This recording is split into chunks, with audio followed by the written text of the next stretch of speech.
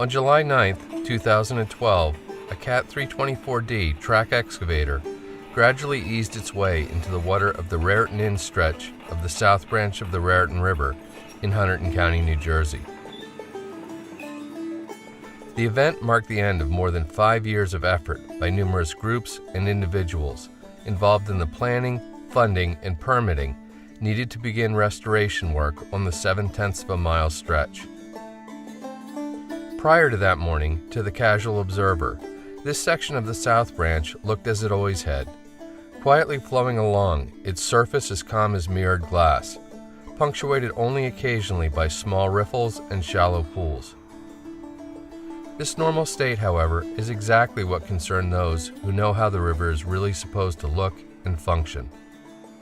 The job of all rivers is to erode mountains and carry them to the sea, and if left to their own devices, they do it remarkably well.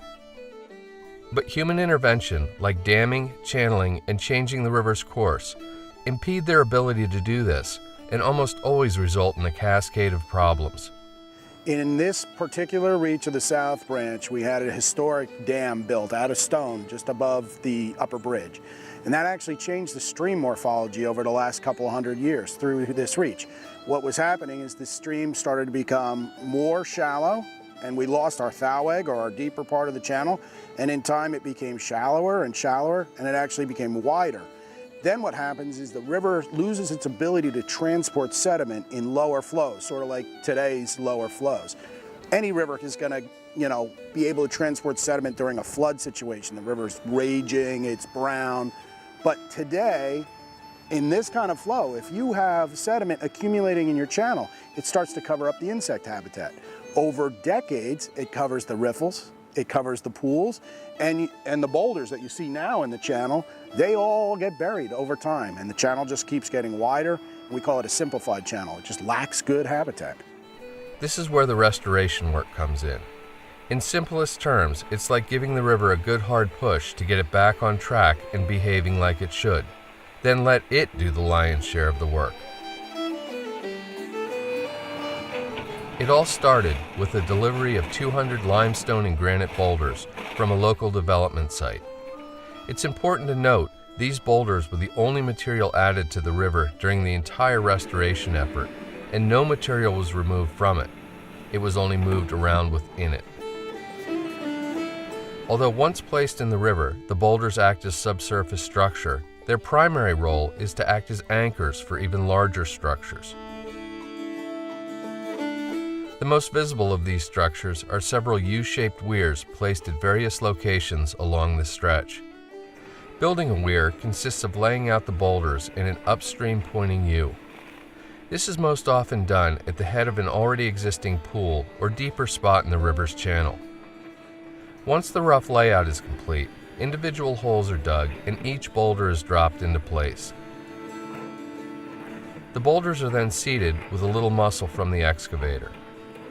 Boulder placement is made to look random and natural, with only the very tops of the boulders showing above the water's surface at median flow. With all the boulders that anchor the weir in place, material is excavated to form a pool immediately downstream. Some of the removed material is relocated to just upstream from the weir in order to form a riffle and further anchor the leading edges of the boulders. The rest of the material is moved out to the sides of the river to form point bars.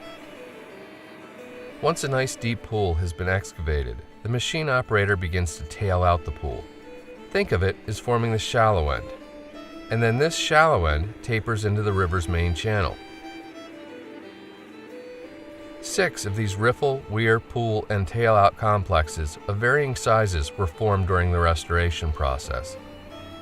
Similar, naturally occurring complexes are part of nearly all wild river systems, and the way they function is truly remarkable. After the water flows off the upstream riffle, it dives off the weir down into the deep water of the pool below, scouring it in the process so it doesn't trap sediment. The U-shape of the weir also helps in this regard by creating a helical flow right down the center of the pool and into the channel below, thus transporting sediment further downstream. You can think of these riffle, weir, pool, and tailout complexes as motors that help to speed up water flow and conveyor sediment downstream. They play an extremely important role in restoring a stream to its more natural state. Manipulating the stream channel is yet another way to speed up flow and increase carrying capacity. In many areas, this was simply done by excavating material to deepen the stream channel and then relocating that material to form gravel bars that gently slope from the foot of the bank down to the edge of the channel. The end result is a more well-defined, faster, deeper channel that has less water surface area exposed to the warming effects of the sun, a real bonus for cold water species like trout. Another really good and natural way to make a river flow faster and carry more is to make it travel farther. This can be done by emphasizing the river's natural meanders within its banks. Rather than have a straight channel right down the middle of the river course, coax it into forming its own meanders where the channel flows first along one bank, then gradually moves across the stream bed to flow along the other, and so on. This coaxing is done by creating point bars that alternate sides of the river. Again, all this is done within the banks of the river with materials excavated from the river. On a smaller scale, water can also be made to flow faster by making it flow around something, like say a boulder. By strategically placing boulders at intervals along the river's thowag, the thowag being the deepest part of the channel, the flow rate and thus the sediment carrying capacity can be increased. All of this work done to speed flow and help the river move sediment to the sea more efficiently also brings with it a host of biological benefits. As the water dives off the weir, it picks up a considerable amount of dissolved oxygen and delivers it to the depths of the pool. During the summer months and times of low flow, the deeper, cooler, oxygen-rich waters of the pools act as refuges for less heat-tolerant aquatic species. The shallow riffles above the weirs provide excellent habitat for a wide variety of macroinvertebrates during the early stages of their life cycles. They act as mini bug factories that basically crank out the protein needed to support the species further up the food chain.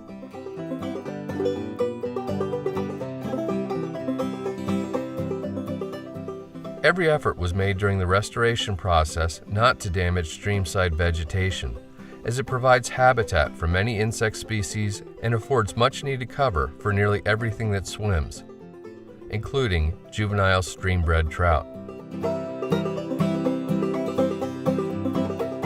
The roots of the vegetation also help to stabilize the banks and slow erosion. As a bonus, roots extending into the water create a significant amount of subsurface habitat. In some areas, small channels were excavated right up next to banks that already had good cover. Over the past year, more and more trout have been seen taking up residence in these channels, not only for the cover they provide, but for the food they carry. Other bank areas were purposely left completely untouched because they were known to be havens for juvenile trout or had been identified as having spawning redds. We wanted a healthy river. That was the point of our restoration. We weren't trying to make a great fishing hole for the anglers necessarily. We were trying to let the river be the river again. And to see the spread of the fish in the population from the large stocked trout down to the young of the year. They have hiding places, they have overhead cover, and from top to bottom you have much more available habitat for all of your for your trout and for your forage base and for your macroinvertebrates too. What we're looking for is a biological lift, which means we were at a certain level that may be in a maintenance type of situation, and we'd like to get that biology so it becomes more productive and more active. And so by decreasing temperature, increasing flow, providing a lot more spawning area and interstitial spaces in the gravel, which increase the bug numbers, we're kind of increasing productivity. This river is all connected to its riparian zone, and that's called connectivity. You want the river system to be connected to its riparian zone. And what we're looking for in the future, and this is 2, 3, 4 years down the line, is a total increase in productivity. So it'll be a biological lift. Biology takes time, so we're talking 2 or 3 years down the line before this is going to be the best kind of thing, and then hopefully stays that way. A full year has now passed since the restoration work on the Raritan Inn stretch was completed. The restored section has seen 4 full seasons and the conditions each brings. The river looks and sounds great. The trout survived one of the warmest, driest summers on record. The flooding and wind damage from Superstorm Sandy had little effect. The spring and summer insect hatches were the best they've been in years. Emergent vegetation is starting to show on the point bars, and sediment seems to be moving through the system rather than accumulating. Getting the project done was no easy task and took a tremendous amount of effort from many people. We did all the permits, 5.5 years of permits. We ran against a closed door for a long time, but we kept running. We got it done. You can get it done with time and patience.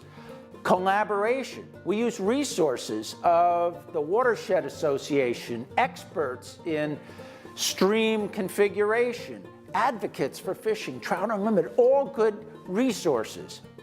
And then we animated it. We brought it all to life over a short period of time that will last for a long time. But we are also measuring. We're looking at sandbar deposition. We're looking at depths of scour pools. We're looking at holding capacity. And if need be, we'll tweak it up. Gather your team, go through the permits, assemble some assets, launch a flurry of activity in the water, and then monitor over time.